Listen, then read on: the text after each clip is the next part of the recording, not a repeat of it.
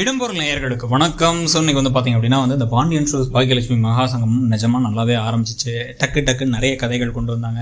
பாக்கியா சமைக்கிறது ஒரு பக்கம், இன்னொரு பக்கம் அந்த கதிர் ராஜி கல்யாணம் நடக்குமா நடக்காதா, ராஜியை அந்த கண்ணனும் இருக்க பிரச்சனை எப்படி முடிய போகுதுங்கிறது ஒன்று, இன்னொன்று அந்த செழியனும் ஈஸ்வரி சேர்ந்து குழந்தைய கடத்திட்டு வந்தது ஒன்று அப்படின்னு பல்வேறு திருப்பங்கள் ஓடிட்டு இருந்துச்சு. இதில் இந்த பக்கம் அந்த குடும்பம் எப்படி அதை தாங்க போகுது, இந்த முத்துவேல் சக்திவேல் குடும்பம் அப்படின்னு சொல்லிட்டு அதுலேயும் வேற நிறைய விஷயங்கள் நடந்துகிட்டு இருந்துச்சு.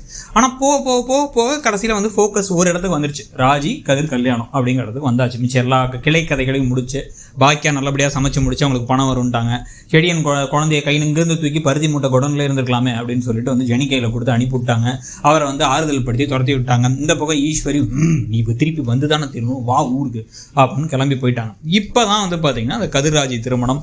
இதில் பார்த்தீங்கன்னா ஏகப்பட்ட ட்விஸ்ட் டர்னெல்லாம் நடந்து கண்ணன் ஒரு திருட்டு பையங்கிறத கண்டுபிடிச்சு அவர் பணத்தை தூக்கிட்டு ஓடிடுறாரு, நகையும் தூக்கிட்டு ஓடிடுறாரு. இப்போ கோமதிக்கு இவங்க இங்கே தான் இருக்காங்கன்னு தெரிஞ்சு இந்த கல்யாண ஏற்பாடுகள் பண்ண வரைக்கும் பார்த்தாச்சு. இன்னைக்கு இப்போ ப்ரோமோவை பார்த்தீங்கன்னா தாலியை கடைசி நிமிஷத்தில் கட்டிடுறாங்க. யாரும் நிறுத்துங்க அப்படின்னு அந்த படத்தில் தான் சொல்லுவாங்கல்ல, அந்த மாதிரி சொல்லவும் இல்லை. திருச்செந்தூர் பக்கம் போயிருக்கா, அந்த பக்கம் போயிருக்கான்னு குமரவேல் தேடி வந்தார், அவர்களையும் சிக்கலை. இப்போ அதுக்கு பதிலாக கோமதி என்ன பண்ணிட்டாங்க அப்படின்னா கோமதி ஒரு அற்புதமான ஒரு அன்பான பாசமான தாயா. நிரோஷா சூப்பராக நடிச்சிருந்தாங்க. நிரோஷா மேடமுடைய நடிப்பு பயங்கரமாக இருந்துச்சு. ஆனால் அதை தாண்டி இந்த கேரக்டரை வச்சு பார்த்தோம் அப்படின்னா ஒரு மகா மோசமான ஒரு அம்மா எப்படி இருக்க முடியுமோ அப்படி இருந்தாங்க. மகா மோசமான அம்மா, மகா மோசமான மனைவி, ரெண்டுமே இருக்கிறது தான் ஒரு முடிவில் இருந்தாங்க. சரவணனுக்கு கல்யாணம் நடக்காத காரணம் செந்திலுக்கு கல்யாணம் நடந்தது தான் அப்படிங்கிறது தெரியும். 2 பேர் வீட்டில் பொண்ணு பார்க்க போகும்போதும் அதே வார்த்தையை சொல்லிட்டாங்க, தம்பி கல்யாணம் முடிஞ்சிருச்சு, அண்ணனுக்கு கல்யாணம் முடியலன்ட்டு. இப்போ பார்த்தீங்க அப்படின்னா சின்ன பையனுக்கும் கல்யாணத்தை பண்ணி வச்சிட்டாங்க. சரவணனை பற்றி யோசிக்கல. கதிருக்கு இந்த பொண்ணை பிடிக்குமா பிடிக்கலாங்கிறது, அந்த பொண்ணை பிடிக்காதுன்னு அவர் சொன்னாலும் அதை பற்றி யோசிக்கல. அதே மாதிரி தன்னுடைய கணவர் இதை தாங்கிக்க மாட்டார், அவங்கள பரம எதிரியாக பார்க்குறாரு, அவங்களோட 10 பைசா எனக்கு வேணான்னு சொல்லி சொந்தக்கால நின்னவருடைய பொண்ணை தூக்கிட்டு வந்தது மட்டும் இல்லாமல் அவங்க இந்த பொண்ணு இந்த நகை பணத்தை திருடிட்டாருங்கிற பழி தன்னோட பையன் மேலே விழப்போகுது அப்படிங்கிறத பற்றி கண்டுக்கல. திருட்டு கேஸை பற்றி கண்டுக்கல, குடும்ப மானத்தை பற்றி கண்டுக்கல, குழந்தைங்களுடைய நல்லதை பற்றி கண்டுக்கல. என் அண்ணனுங்க இதுதான் சரியான முடிவு அப்படின்னு ஒரு பைத்தியக்கார ஒரு முடிவு எடுத்து அதுலேயும் என்ன பண்ணுறாங்க அப்படின்னா இந்த முடிவை எடுத்தது நான் தான் சொல்கிறதுக்கான திராணியும் தெம்பும் தைரியமும் இல்லாமல் இருக்காங்க. அதனால தான் நேராக போய் இப்போ அவங்க கணவர்கிட்ட இதை சொல்லவும் முடியாது. அதனால கணவர்கிட்ட சொல்ல மாட்டேன், நான் திருப்பி என் பையனை தான் படி கொடுத்து எனக்கு தெரியாது, எங்கள் கூட வந்துட்டு இருந்தால் திடீர்னு காணாமல் போயிட்டாங்க, கதிர் ஓடி போயிட்டான், அந்த பொண்ணோட எவ்வளோ கேவலம் இல்லை சி அப்படின்னு சொல்ல போகிறாங்க. ஒரு நாடகத்தை வேற ஆட போகிறாங்க. எவ்வளோ மோசம் இதெல்லாம்.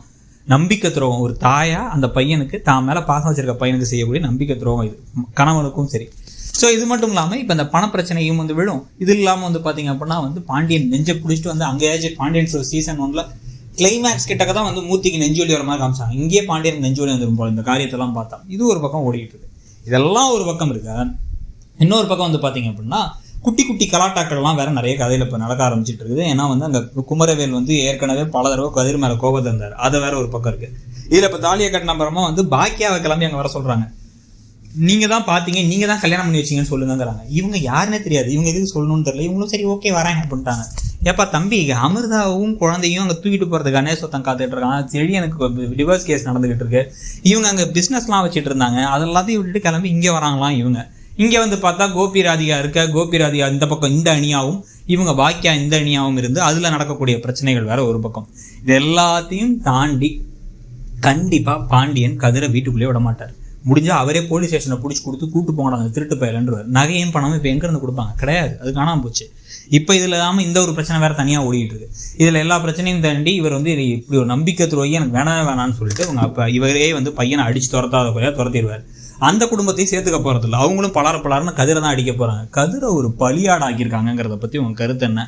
கோமதி நீங்கள் நடந்துகிட்டதை பற்றியும் இந்த கதை இவ்வளோ நெகட்டிவாக போகிறத பற்றியும் உங்கள் கமெண்ட்ஸ் என்னங்கிறத சொல்லுங்கள். தேங்க்யூ. இடம்பொருள் நேயர்களுக்கு